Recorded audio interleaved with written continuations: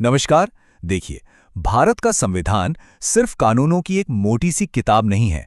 इसके अंदर ना कुछ बहुत ही स्पेशल कोड छिपे हुए हैं। और आज हम सब मिलकर एक ऐसे ही खास कोड को डिकोड करने वाले हैं। एक ऐसा कोड जो कुछ अनोखी संस्कृतियों को उनकी पहचान बनाए रखने के लिए खुद अपना शासन चलाने की ताकत देता है। तो सवाल यही उठता है कि आखिर ऐसा है क्यों? हमारा संविधान देश के कुछ हिस्सों को दूसरों से अलग मतलब खुद अपना शासन चलाने का अधिकार क्यों देता है? इस सवाल का जवाब ढूंढने के लिए ना हमें संविधान की गहराइयों में उतरना होगा। तो चलिए, हमारी ये खोज शुरू होती है संविधान के पार्ट 10 से। यहीं इसी जगह पर हमें स्पेशल कोड का पहला सुराग मिलता है। और यहाँ पार्ट 10 के चैप्टर 2 में हमें एक हेडिंग मिलती है, जनजातीय क्षेत्रों का प्रशासन। अब ये सिर्फ एक हेडिंग नहीं है, समझ लीजिए ये उस पूरे सिस्टम की नींव है जिसे हम आज समझने वाले हैं। इसी चैप्टर में हमें मिलती है एक खास चाबी, आर्टिकल 244(2). यही वो आर्टिकल है जो एक बहुत बड़े ब्लूप्रिंट का दरवाजा खोलता है। और इस ब्लूप्रिंट को हम जानते हैं छठी अनुसूची या 6th शेड्यूल के नाम से। तो अब सवाल ये है कि इस चाबी ने जो दरवाजा खोला है उसके पीछे आखिर है क्या?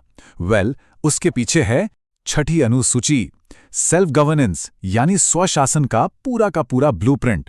चलिए अब इसे जरा डिटेल में समझते हैं। आप देखिए, ये जो ब्लूप्रिंट है ना, ये पूरे देश के लिए नहीं है। ये खास तौर पर सिर्फ 4 राज्यों के लिए बनाया गया है। कौन कौन से? असम, मेघालय, त्रिपुरा और मिजोरम। इन राज्यों की जो अनोखी ट्राइबल विरासत है उसे बचाने के लिए, उसे सहेजने के लिए ये खास सिस्टम बनाया गया है।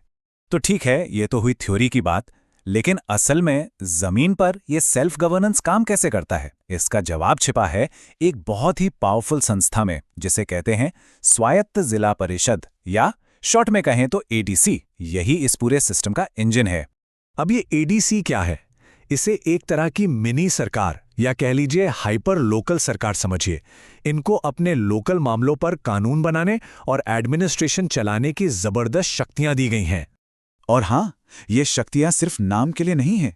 जरा सोचिए, जमीन और जंगल पर कंट्रोल, अपने सामाजिक रीति रिवाज जैसे शादी, तलाक, विरासत, इन सब पर खुद के कानून बनाना, और तो और लोकल टैक्स लगाने और उसे वसूलने का अधिकार भी।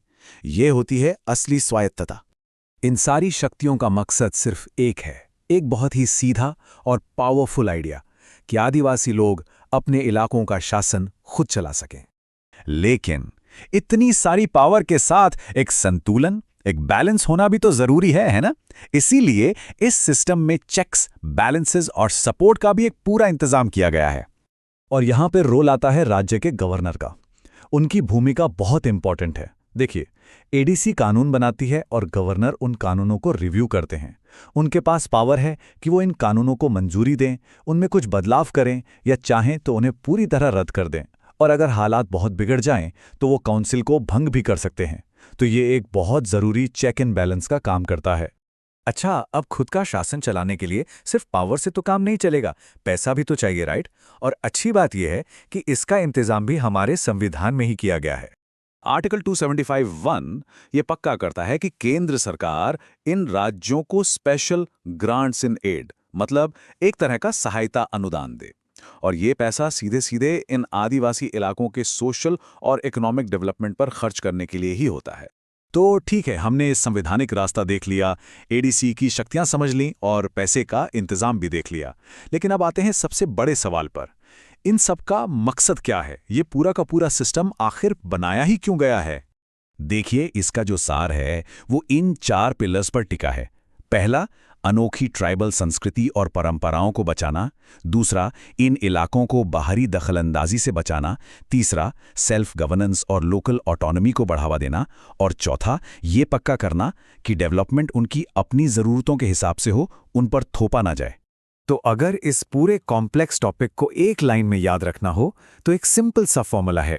पार्ट 10 चैप्टर 2 का मतलब है ट्राइबल एरियाज जिनको पावर मिलती है 6th शेड्यूल से, और ये पावर इस्तेमाल होती है ऑटोनमस डिस्ट्रिक्ट काउंसिल्स के जरिए। बस यही है वो पूरा कोड जिसे हम डीकोड कर रहे थे। और आखिर में हम एक सवाल के साथ इस चर्चा को खत्म करते हैं। क्या सेल्फ गवर्नेंस और कल्चरल प्रोटेक्शन का ये 70 साल से भी ज्यादा पुराना मॉडल आज के भारत में हमारी डाइवर्सिटी को सहेजने के लिए कोई नया रास्ता दिखा सकता है? इस पर सोचिएगा जरूर।